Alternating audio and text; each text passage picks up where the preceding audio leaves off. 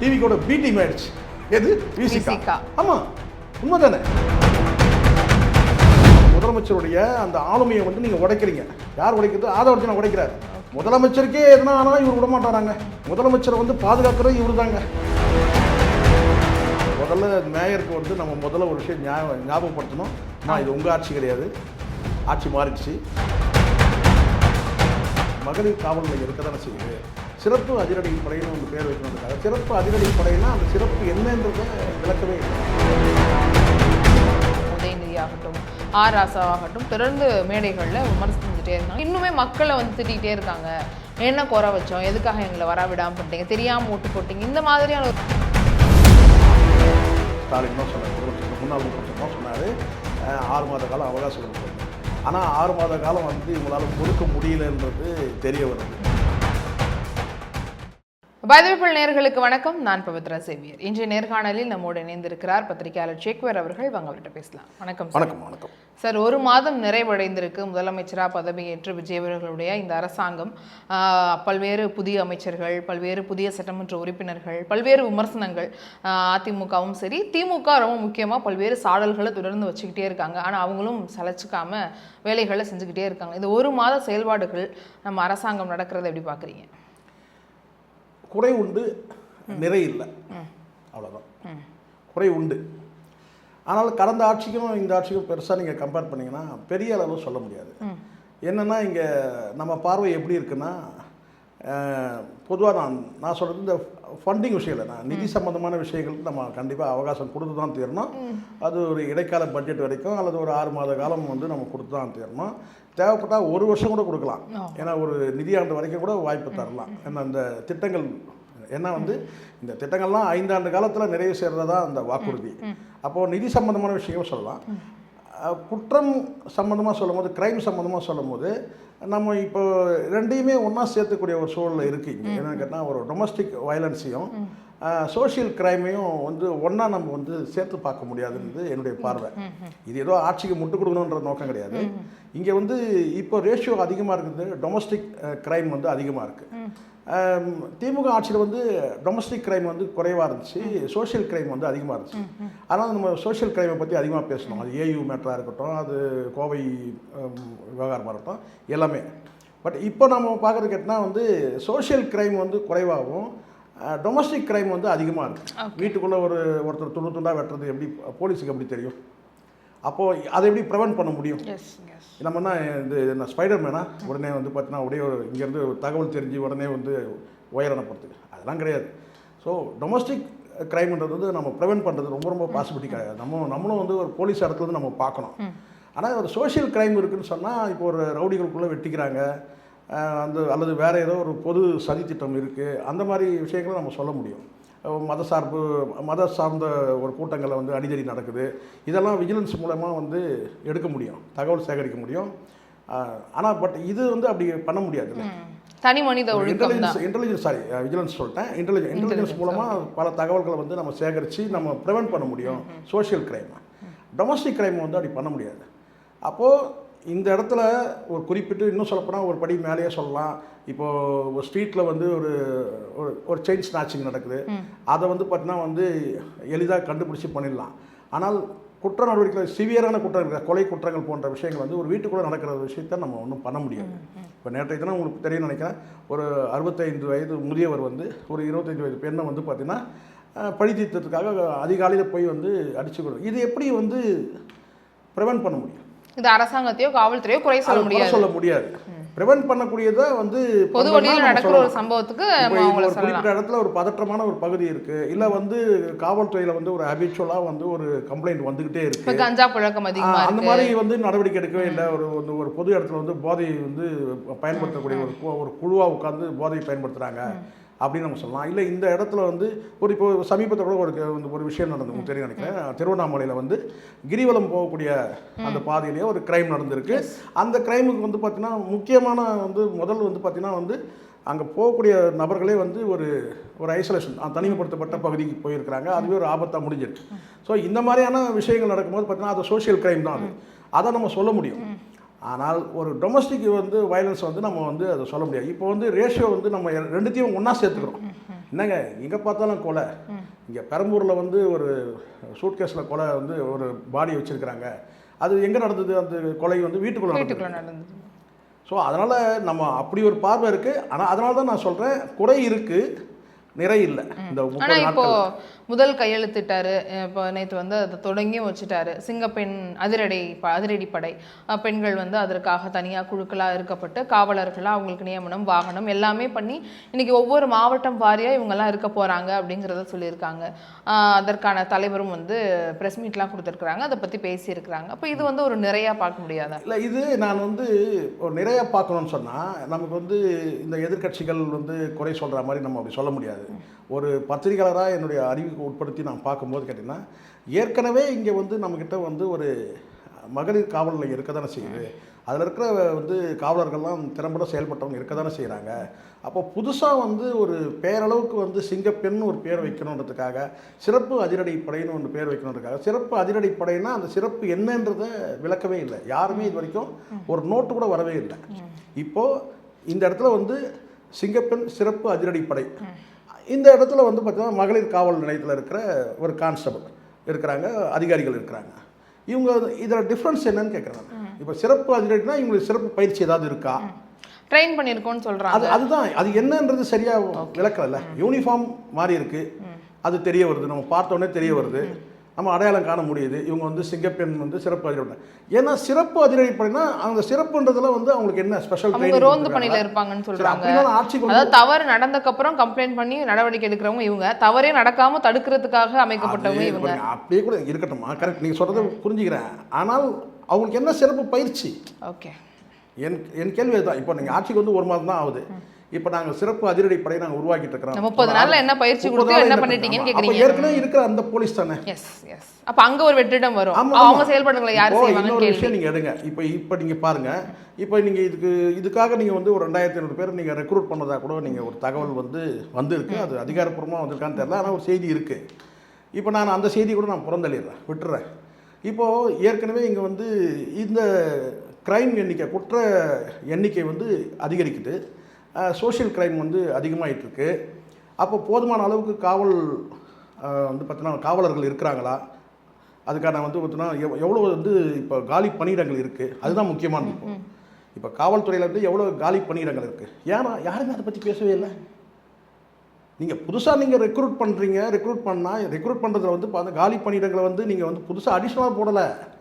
ஏற்கனவே இங்கே வந்து இருக்கிற காலி பணியிடங்களை நீங்கள் நிரப்பணும். அதை நிரப்பின பிறகு தான் அடிஷ்னல் நீங்கள் வந்து காவல்துறை எண்ணிக்கையை வந்து நீங்கள் அதிகமாக்குறது அதுக்கு அடுத்தது.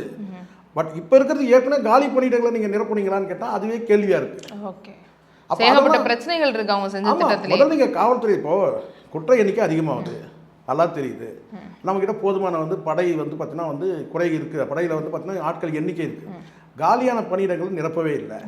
ஒரு சோர்வு இருக்கும் பவித்ரா, நிறைய பேருக்கு தெரியல. ஒரு துறையில் நீங்கள் நீண்ட காலம் பணியாற்றுறதுன்னு வச்சுங்களேன், ஒரு ப்ரொமோஷன் இல்லாமையே நீங்கள் இருந்தீங்கன்னு வச்சுங்களேன், ப்ரொமோஷன் எப்படி வரும்? நீங்கள் கீழே புதுசாக ஒருத்தரை நீங்கள் ரெக்ரூட் பண்ணுறீங்க, ஒரு காலி பணியிடங்களை ஒருத்தர் நீங்கள் நியமனம் பண்ணிங்கன்னா தான் அந்த இடத்துல இருக்கிறவங்க வந்து பார்த்தீங்கன்னா அடுத்த இடத்துக்கு போவாங்க, அந்த நபர் வந்து இன்னும் அடுத்த இடத்துக்கு போவாங்க. இப்போ வந்து காவல்துறையில் வந்து பார்த்தீங்கன்னா சாதாரணமாக சொல்லுவாங்க பணி சுமை அதிகமாக இருக்குது, ஏன் வந்து காவலர்கள் வந்து தற்கொலை பண்ணிக்கிறது கூட பார்த்தீங்கன்னா பணி சுமை காரணம்னு சொல்லி கடந்த நிறைய வந்து ஆய்வுலாம் இருக்குது. அப்போ நீங்கள் ஒரு இடத்துல வந்து நீண்ட காலம் ஒருத்தர் பணியாற்றும் போது ஒரு சோர்வு வரும். அப்போ அடுத்த நிலையத்துக்கு அவங்க தள்ளணும், முன்னாடி தள்ளணும், ப்ரொமோஷன் ஆகணும். ரிட்டையர் ஆகும்போது இந்த ஸ்டேஜில் வந்து அவங்க ஒரு ரிட்டையர் ஆகும்போது ஒரு மனநிறைவு இருக்கும். அப்போ இந்த இடத்துல நீங்கள் வந்து புதுசாக நீங்கள் ரெக்ரூட் பண்ணலை, காலி பணிகள் நிரப்பாமல் நீங்கள் அப்படியே நீங்கள் இருக்கிற வச்சு நம்ம அப்படியே உருட்டுவோம். எனக்கு தெரிஞ்சு இங்கே வந்து திமுக அரசில் வந்து பார்த்தீங்கன்னா எத்தனை முறை வந்து காவல்துறை வந்து பணியிடங்களை வந்து நிரப்புனாங்கன்றது ஒரு கேள்வி தான். பெருசாக செய்தி வந்த மாதிரி தெரியல. இப்போ முதலமைச்சர் வந்து இது ஒரு நல்ல திட்டமாக நம்ம எடுத்துப்போம். செயலாக்கத்தில் வரும்போது இந்த சிறப்பு வந்து அதிரடிப்படை வந்து எந்த மாதிரியான வந்து செயலாக்கம் பண்ணுறாங்க, சக்ஸஸ்ஃபுல்லாக பண்ணால் பாராட்டுவோம். நம்ம நெகட்டிவான பார்வையில் பார்க்கணுன்றது கட்டாயமாக அவசியம் இல்லை. ஆனால் முதலமைச்சர் இந்த துறையை வந்து பார்த்தீங்கன்னா ஒரு சிறப்பாக ஒரு விஷயத்தை நீங்கள் வந்து அறிமுகப்படுத்தும் போது உள்ளபடியாக அவர் கொஞ்சம் தெளிவாக இதை வந்து சொல்லியிருக்கலாம். காவல்துறையில் வந்து எவ்வளோ பணியிடங்கள் காலியாக இருக்குது, இந்தந்த காலகட்டங்களில் நாங்கள் வந்து இதை நிறைவு செய்வோம், நிரப்புவோம், கடந்த ஆட்சியில் வந்து இதை தவற விட்டாங்க, காலி பணியிடங்களை வந்து நிரப்பலை, நாங்கள் அதை செய்வோம். அப்போ அது உற்சாகமாக இருக்கும்.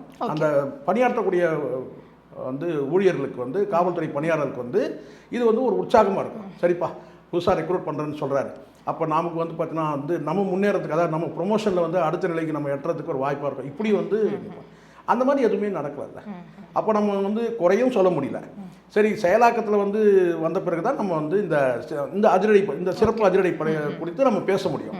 ஆனால் இப்போதைக்கு நான் என்ன சொல்லிக்கிறேன்னா, நான் 2 காவலர்களே ஒரே மாதிரி தான் நான் பார்க்குறேன். யூனிஃபார்ம், இந்த கலர் யூனிஃபார்ம் போட்டவங்களே சரி, ஏற்கனவே வந்து மகளிர் காவல் நிலையத்தில் சரியான முறையில் தானே வந்து பணியாற்றிட்டு வராங்க. அப்போ அதுலேருந்து ஒரு குறிப்பிட்ட ஒரு பிரிவை ஒருத்தர் பிரித்து கொண்டு வந்து நான் வந்து சீருடையில் தான் மாற்றம் சீருடையை குறித்து மாற்றி நான் வந்து பார்த்தீங்கன்னா இதுதான் சிறப்பு அதிரடி பயிற்சி சொல்லும்போது அப்போ அந்த இடத்துல ஒரு கேள்வி இருக்குது. 1 மாதத்தில் நீங்கள் என்ன சிறப்பு பயிற்சி கொடுத்துருப்பீங்க? புரியுது. எல்லாமே ஃப்ரெஷ்ஷு. எல்லா அதிகாரிகளுமே வந்து புதுசுனா இந்த ஆட்சிக்கு புதுசு. இப்போ அந்த ஆட்சியில் வந்து ஒரு பேர் சொல்லி ஒரு படையை உருவாக்கணும்னு சொன்னால் ஒரு 6 மாத காலம் கழித்து இதை பண்ணியிருந்தாலும் கூட ஒரு முதல் கையெழுத்தாக கூட இருக்கட்டும். ஆனால் அதுக்கான வந்து வேலைகள் நடந்துகிட்டு இருக்குது. சிறப்பு பயிற்சி நாங்கள் வழங்கிட்டு இருக்கிறோம். அந்த சிறப்பு பயிற்சி கொடுத்த பிறகு இவங்க வந்து தேர்வு இல்லை. இப்போ தேர்வு செய்யப்பட்டவங்ககிட்டே வந்து பார்த்தீங்கன்னா என்ன ரெக்கார்டு இருக்குது? இப்போ இவ்வளோ போலீஸ் இருக்காங்கன்னா, இத்தனை பேர் இருக்குன்னா அவங்கெல்லாம் ஒரு ட்ராக் ரெக்கார்டு இருக்கலாம். அது மக்களுக்கு தெரியாதுல்ல. இப்போ மக்கள்கிட்ட எதுவுமே வந்து ஒரு தெளிவான விளக்கம் கொடுத்துருக்கலாம் நமக்கு. இந்த செலெக்ஷன் பண்ணக்கூடியவங்க வந்து பார்த்தீங்கன்னா பெரிய ரெக்கார்டு இருக்கு அவங்களுக்கு. இந்த குற்ற நடவடிக்கையில் வந்து பார்த்தீங்கன்னா அவங்க கண்டுபிடிச்சிருக்காங்க, இல்லை ப்ரிவென்ட் பண்ணியிருக்காங்க அப்படின்னு சொல்லி ஏதாவது ஒரு இருந்தால் பரவாயில்ல. பேரளவில் வந்து நீங்கள் சிங்கப்பெண் வந்து சிறப்பு அதிரடிப்படை பேரை வச்சுட்டு யூனிஃபார்மை கொடுத்துட்டு அந்த யூனிஃபார்முக்கு அவங்ககிட்டே காசையும் வாங்கிக்கிட்டு எல்லா செய்திகளும் வந்துட்டு தானே இருக்குது. ஸோ இப்போ எவ்வளோ இலவசம் கொடுக்குறீங்க, ஒரு மனக்குறையாகவே நான் சொல்கிறேன். இதில் நமக்கு வந்து பார்த்தீங்கன்னா தனிப்பட்ட முறையில் வரல. ஆனால் ஒரு கேள்வி இருக்குது. எவ்வளவோ இலவசம் வந்து நீங்கள் திட்டங்கள்லாம் அறிவிக்கிறீங்க. இலவச திட்டம்ன்றீங்க, தாய்மாமன் சீரு, அந்த சீரு, இதெல்லாம் சொல்கிறீங்க. ஒரு 2300 ரூபா கொடுத்து அந்த யூனிஃபார்ம் வந்து பார்த்தீங்கன்னா அவங்களுக்கு இலவசமாக கொடுக்க முடியாதா? இரவு பகல் பார்க்காம பணியாற்றக்கூடிய ஊழியர்கள் தானே காவல்துறை. அதில் எதுக்கு அந்த 2300 ரூபா எதுக்கு வசூல் பண்ணணும்? ஓகே.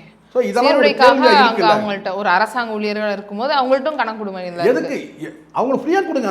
அந்த ஷூவாக இருக்கட்டும், பெல்ட்டாக இருக்கட்டும், அந்த ட்ரெஸ்ஸாக இருக்கட்டும், அதை போய் அவங்ககிட்ட வந்து 2300 ரூபா நீங்கள் வந்து வசூல் பண்ணது என்ன சரி, என்ன நியாயமாக இருக்கும்? அவ்வளோ நிதி நிலைமையாக மோசமாக இருக்குது. ஒரு முதலமைச்சர் முதல் திட்டம் அவங்களுக்கு எதுக்கு அந்த சுமையை கொடுக்கணும்? அந்த யூனிஃபார்ம் செலவு ஒவ்வொரு குடும்பத்திலுமா வாங்கக்கூடிய சம்பளத்தை வந்து பார்த்தீங்கன்னா இஎம்ஐ அது இதுன்னு கட்டிட்டு வந்து பார்த்தீங்கன்னா வந்து கஷ்டத்தில் தான் வந்து எல்லா குடும்பம் ரன் ஆகுது. காவல்துறையை சார்ந்த ஊழியர்களுக்கும் நான் சேர்த்தே சொல்கிறேன். அப்போ அந்த இடத்துல எதுக்கு அவங்களுக்கு ஒரு சுமை கொடுக்கணும்? 2000 இவங்களாம் ஹையர் அஃபிஷியல்ஸ் கிடையாது, இவங்களாம் ரொம்ப அடிமட்டத்தில் இருக்க கூட காவலர்கள். இல்லைம்மா, யார் நம்ம அந்த பார்வையை செலுத்த வேணாம். ஹையர் அஃபிஷியல்னா செழிப்பாக இருக்கிறாங்க, காவலர்கள்லாம் கஷ்டப்படுறாங்கன்னு அந்த பார்வை கூட நமக்கு வேண்டாம்.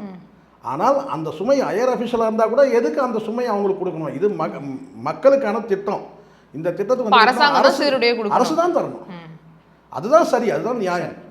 அது வந்து அதிகாரியாக இருக்கட்டும் அல்லது வந்து பார்த்தீங்கன்னா கிளாஸ் 4 அதாவது கான்ஸ்டபிளாக இருக்கட்டும், எல்லாருக்கும் ஒரே பார்வை தான்.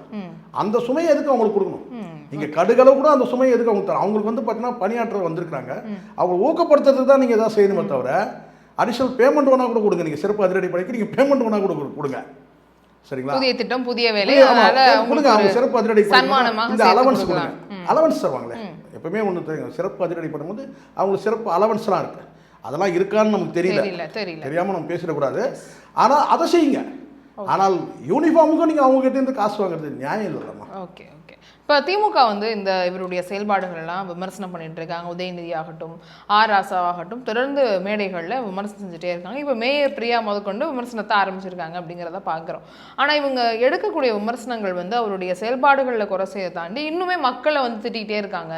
என்ன குறை வச்சோம், எதுக்காக எங்களை வரவிடாமல் பண்ணிட்டீங்க, தெரியாமல் ஓட்டு போட்டிங்க, இந்த மாதிரியான ஒரு தோணிலே இருக்குது அப்படிங்கிறத பார்க்குறோம். அப்படி தான் நீங்கள் பார்க்குறீங்களா? இல்லை, எனக்கு நான் ஒரு விஷயம் நான் சொல்கிறேம்மா.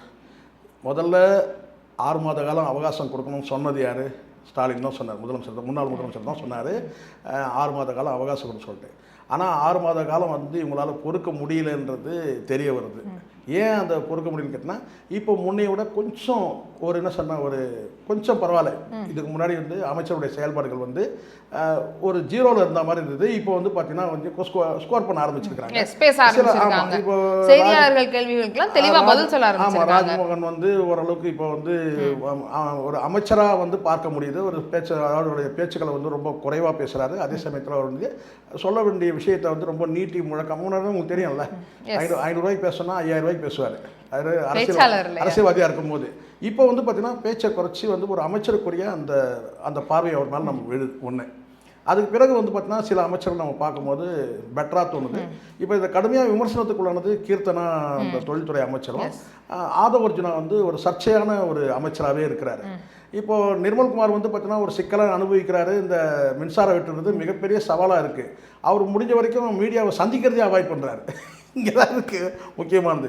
மீடியாவை சந்திச்சா தானே. இன்னொரு விஷயம் சொல்றாரு, எங்க ரூம்குள்ள இப்போ வரைக்கும் ஒரு ரூபா கூட உள்ள வரல, நாங்க ஊழலாவோ காசாவோ அப்படின்லாம் சொல்றாரு. நீங்கள் வந்தே ஒரு மாதம் தான் ஆச்சு, இப்போதான் நீங்கள் பூட்டை திறந்து நீங்கள் வந்து கதவே கல்லாப்பட்டியாக பார்க்குறீங்க, அதுக்குள்ளே நான் எதுவுமே திருட பாருங்கன்னு சொன்னால் எப்படி இருக்கு? அதெல்லாம் இப்போ சொல்லக்கூடாது. இதுதான் தானாக வந்து வாண்டடாக வந்து வண்டியில் ஏறுறதுன்றது. நான் என்ன சொன்னேன், நீங்கள் இப்போ சொல்லக்கூடிய பதில் என்ன? மின்வெட்டு எதனால் ஏற்படுது? ஒரு குழப்பம், எதிர்க்கட்சியுடைய சதிங்க திட்டமிட்டே வந்து அரசே வந்து இதை மின்வெட்டை வந்து பார்த்தீங்கன்னா ஆங்காங்கே பண்ணுறாங்க, ஒரு மணி சேவிங்காக பண்ணுறாங்க, ஒரு ஏன்னா வட்டி கட்டக்கூடிய வேலைகள்லாம் இருக்குது, கஷ்டங்கள் இருக்கிறதுனால இதை வந்து ஒரு அதாவது மணி சுமை பண சுமையை குறைக்கிறதுக்காக திட்டமிட்டே பண்ண. ஆனால் நீங்கள் என்ன செய்றீங்கன்னா கடந்த ஆட்சி மேலே பழி போடுறீங்க, என்னென்னமோ சொல்கிறீங்க, சரிங்களா? அது கடந்த ஆட்சியிலையும் நான் சொல்கிறேன் கிடையாது. இதே மாதிரி இந்த புதிய ஆட்சி அதாவது 2021 வந்தபோது நம்ம மறக்க முடியாது எதையுமே, நம்மக்கிட்ட இருக்கிற கோளாறு அதுதான். இதே செந்தில் பாலாஜி கிட்ட வந்து ஏன் மின்வெட்டுன்னு கேட்கும்போது பார்த்தீங்கன்னா அணில் கடிச்சிச்சுன்னு சொன்னவர், அற்புதமான ஒரு பதிலை, சரிங்களா? அதை விட இவர் கொஞ்சம் நிர்மல்குமார் பெட்டர் நான் நினைக்கிறேன், சரிங்களா? அது என்னென்னா வந்து ஃபீஸ் கரெக்ட் கூட்டின்னு போயிட்டாங்க, வந்து திமுக ஆட்சியில் இருக்கிற அதிகாரிகள் அது பண்ணுறாங்க, கருப்பு அவர் அணில்னு சொன்னார், இவர் கருப்பு ஆடுன்னு சொல்கிறாரு. அவரோட பரவாயில்ல, அணில்ன்றது வந்து பார்த்தீங்கன்னா ரொம்ப வந்து பார்த்தீங்கன்னா அது இருக்கிற என்ன சொல்ல அந்த அனிமல்ஸ் வந்து பார்த்தீங்கன்னா இருக்கிறதே ரொம்ப சின்னது. ஆனால் இவர் சொல்கிறது கேட்டால் கருப்பு ஆடுன்றாரு. நான் ஆடு வந்து மேய்ஞ்சிருச்சு கரண்ட்டை அப்படின்னு தான் சொல்கிறாரு. ஸோ இதெல்லாம் வந்து முதல் சரியான இதில் முதல்ல நீங்கள் சொல்லக்கூடியது நான் கேட்டால் ₹1 கூட தெரியல, நீங்கள் வந்தே ஒரு மாதம் தான் ஆச்சு இல்லையா? அப்படி இருக்கும்போது முதல்ல என்ன இந்த மின்வெட்டு வந்து பார்த்தீங்கன்னா ஆங்காங்கே இந்த பிரச்சனைகள் ஓடிட்டு இருக்கும்போது பார்த்தீங்கன்னா அதை என்ன களையிறதுன்றதை முதல்ல பார்க்கணும். பட் இருந்தாலும் இப்போ வந்து இந்த 1 மாதம் 30 நாள் கடந்த பிறகு கொஞ்சம் பரவாயில்ல. நேற்றைய தினம் முதலமைச்சர் பேசுனதில் கூட பார்த்தீங்கன்னா அந்த எக்ஸப்ட் அந்த ஒரு வார்த்தை இருக்குல்ல, உங்களுக்கே நல்லா தெரியும், நான் சொல்ல வேண்டியதில்லை, உங்களுக்கே நல்லா தெரியும்னு சொல்லி சொன்னார்ல. அவர் முன்னாடி உட்காந்துருக்கிறவங்க வந்து மக்கள் கொஞ்சம் பேர் உட்கார வச்சுருந்தாங்க, அது வந்து இதுக்கு முன்னாடி வந்து மக்களை உட்கார வச்சது இல்லைன்னு சொல்கிறாங்க. காவல்துறை நிகழ்வில் பொறுத்த வரைக்கும் பொதுமக்கள் அனுமதிக்கப்பட மாட்டாங்கன்னு சொல்கிறாங்க. இந்த மாதிரி பொதுமக்களை உட்காந்துருந்தாங்க. இருந்தாலும் அங்கே இருக்கிற பொதுமக்கள் மட்டுமே இல்லை, அதிகாரிகள் இருக்கிறாங்க. அப்போ அந்த அதிகாரிகள் இருக்கிற இடத்துல வந்து பேசும்போது போதை கலாச்சாரங்கள் வந்து பெருகி இருக்கு, இதுக்கு என்ன காரணம்ன்றது உங்களுக்கே நல்லா தெரியும் அப்படின்னு சொல்லி கடந்த ஆட்சியை தான் சொல்கிறாரு. கடந்த ஆட்சியில் இதே அதிகாரிகள் தான் அப்போது இருந்தாங்க. அந்த இடத்துல வந்து கொஞ்சம் அந்த தவிர்த்துருக்கணும், அந்த வார்த்தை தவிர்க்கணும். ஏன்னா இப்போ அங்கே இருக்க பொதுமக்கள் குறைவாக கொஞ்சம் பேர் உட்காந்துருக்குறாங்க. பொதுமக்களே அனுமதிக்கூடாதுன்னு சொல்கிறாங்க, இதுக்கு முன்னாடி அனுமதி இல்லைன்னு சொல்கிறாங்க. அது எனக்கு தெரியல, அந்த புரோட்டோக்கால் எனக்கு தெரியல. ஆனால் பிரதானமாக உட்காந்துருக்கிறது வந்து முக்கியமான அதிகாரிகள். அப்போ நீங்கள் பேசும்போது பார்த்தீங்கன்னா போதை வந்து பார்த்தீங்கன்னா வந்து பெருகியிருக்கு, போதை கலாச்சாரம் பெருகியிருக்கு, இதுக்கு என்ன காரணம்னு உங்களுக்கே நல்லா தெரியும் அப்படின்னு சொல்லும்போது அங்கே வந்து இதே அதிகாரிகள் தான் அப்பவும் இருந்தாங்க. அப்போவும் அவங்களுக்கு அந்த போதை விஷயன்றது வந்து ஒரு சவாலாக தான் இருந்துச்சு.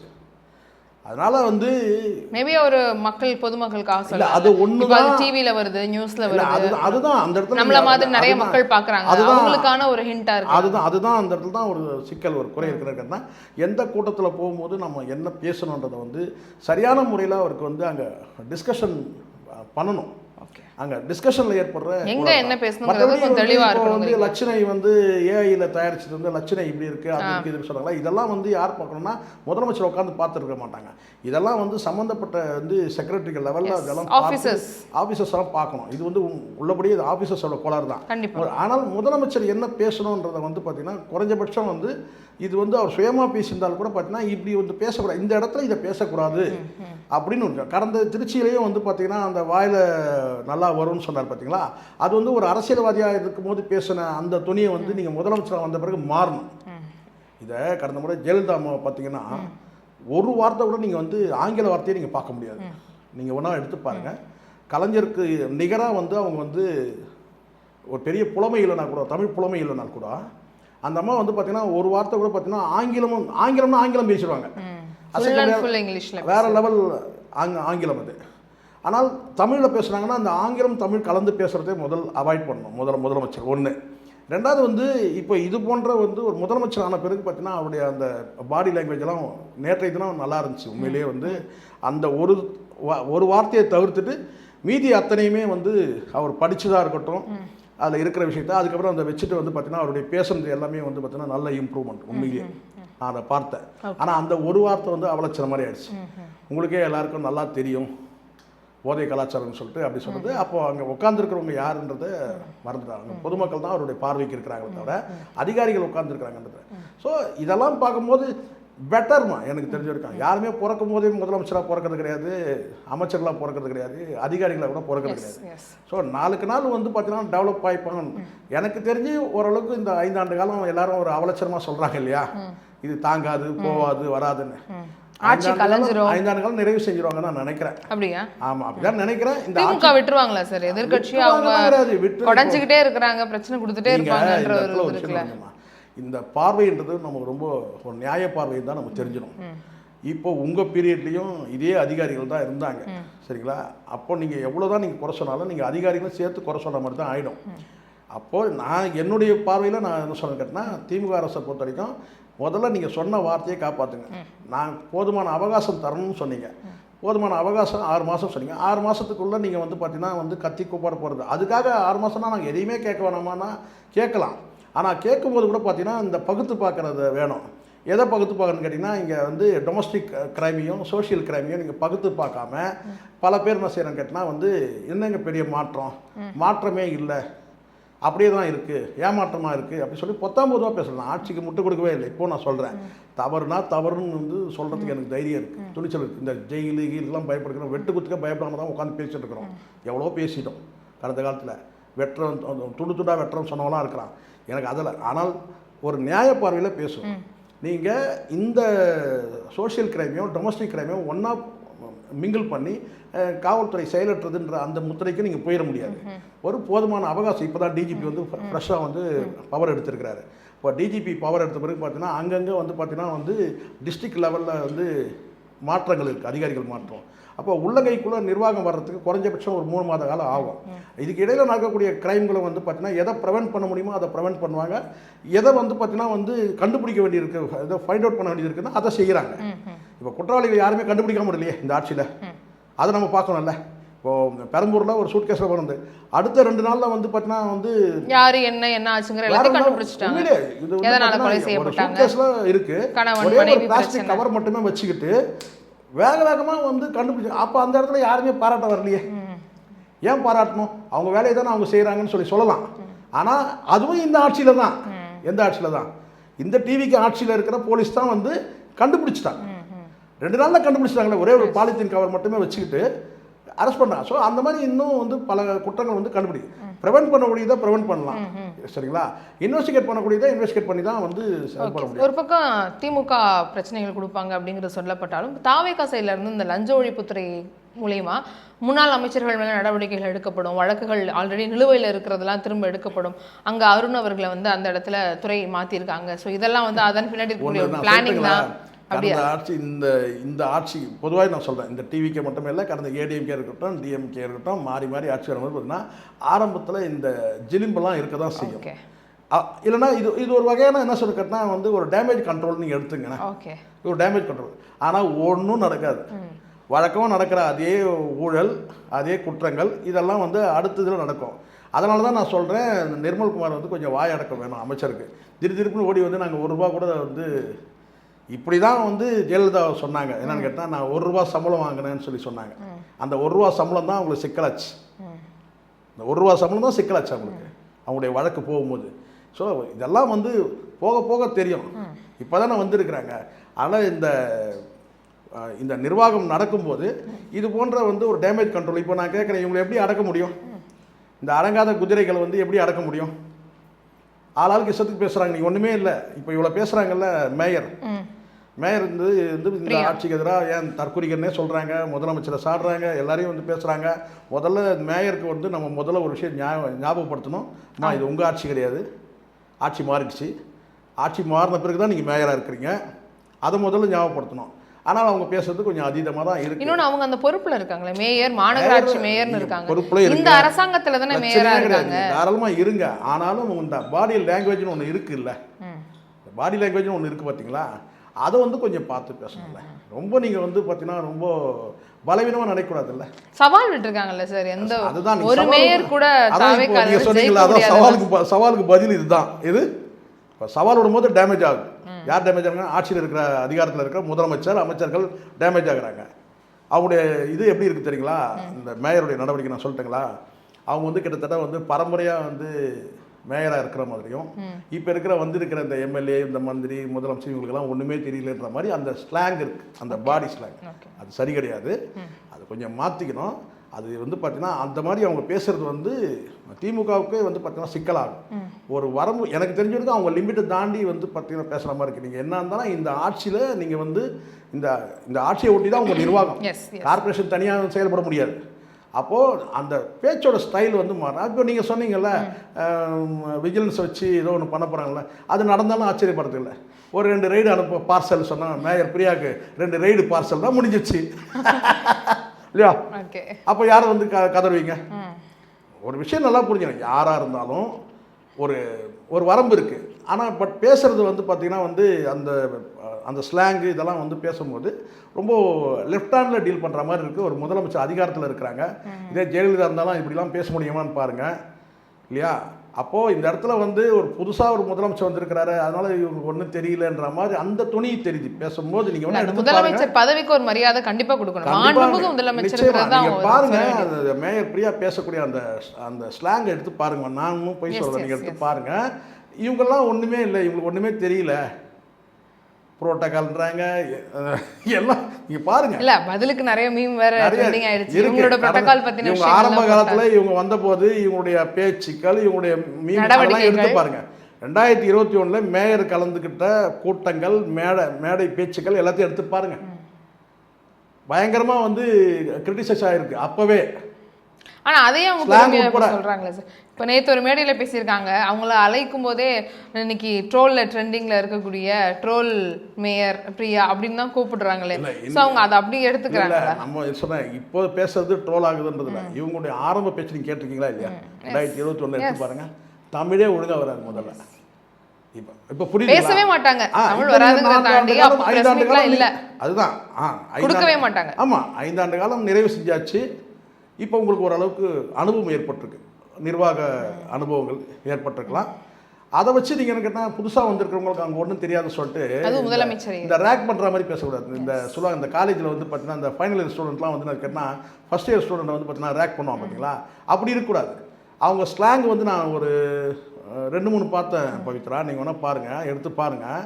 இந்த ஆட்சியை வந்து ரொம்ப குறைச்சி மதிப்பிடுற மாதிரி அந்த ஸ்லாங் இருக்குது.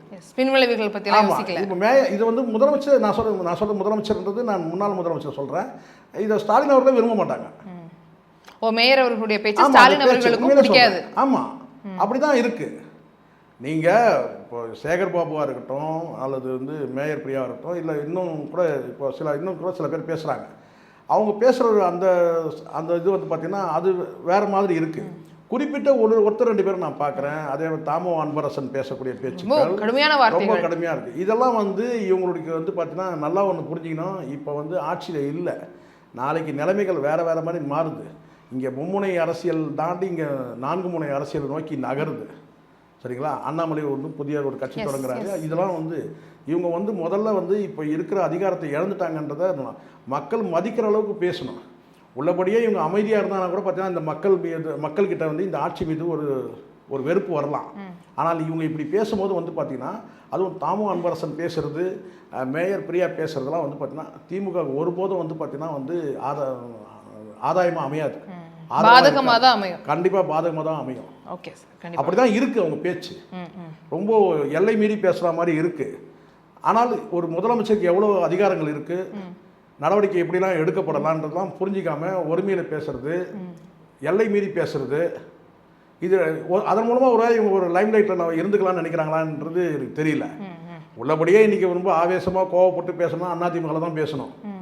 அதில் வந்து பார்த்திங்கன்னா ரொம்ப உங்களுக்கு தெரியும் நினைக்கிறேன், இங்கே ஒரு பெரிய சிக்கலே, டிவிக்கு அரசு சிக்கலே வந்து பார்த்திங்கன்னா வந்து ஆதவர்ஜுனா தான். ஆதவர்ஜுனா கொண்டு வந்து பிரச்சனைகளை வந்து கொட்டுறதும் அதை தீர்க்கறதுக்குமே இந்த அரசுக்கு சரியாக இருக்குது.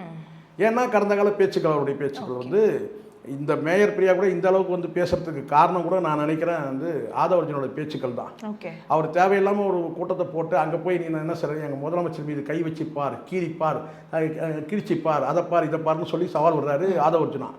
அதுக்கு பதில் வடி வரும்போது பார்த்தீங்கன்னா இந்த மாதிரி சில பதில்கள் வருது. தேவையான இடத்துல என்ன பேசணுமோ அது பேசணும். ஜெயலலிதா அவர்கள் ஆட்சியில் ஒரு விஷயம் நான் சொல்கிறேன் பாருங்க, ரொம்ப ரொம்ப டிப்ளமேட்டிக்கான ஒரு விஷயம் இது. நீங்கள் பார்த்துருப்பீங்க, எல்லா திட்டங்களும் அதான் நான் ஜெயலலிதா முதலமைச்சராக இருக்கும்போது எல்லா திட்டங்களும் அமைச்சர்கள் பேசும்போது ஒரு வார்த்தையை பயன்படுத்துவாங்க. என்ன சொல்லுங்க பார்ப்போம், என்ன சொல்லுங்க தெரியலல்ல. அதை டிஎம்கேவும் கொஞ்சம் காலம் ஃபாலோ பண்ணாங்க. என்னது சார்? ஆணைக்கு இணங்க. முதலமைச்சர் ஆணைக்கு இணங்க, எல்லாமே முதலமைச்சர் ஆணைக்கு இணங்க. ஆனால் அந்த வார்த்தையை வந்து இவங்க யாருமே இப்போ பயன்படுத்துறதே இல்லை. இந்த அமைச்சர்கள் யாருமே வந்து முதலமைச்சர், இது வந்து பார்த்தீங்கன்னா ஒரு கல்ட்டு கிரியேஷன். இது இந்த முதலமைச்சர் ஆணைக்கு இணங்க அப்படி எது சொன்னாலுமே அந்த முதலமைச்சர் வந்து மாண்புமிகு புரட்சி தலைவர் அவர்களின் ஆணைக்கு இணங்க, தமிழக முதலமைச்சர் விஜய் அவர்களின் ஆணைக்கு இணங்கன்னு வரணும். அது வரல.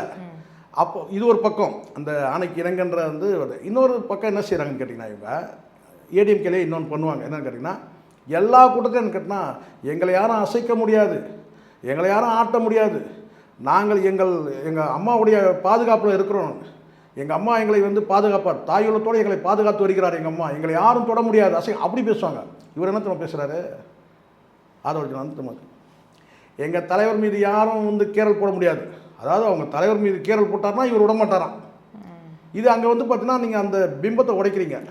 அதாவது முதலமைச்சருடைய அந்த ஆளுமையை வந்து நீங்கள் உடைக்கிறீங்க. யார் உடைக்கிறது? ஆதவர்ஜனா உடைக்கிறார். முதலமைச்சருக்கே எதுனா ஆனால் இவர் விடமாட்டாராங்க.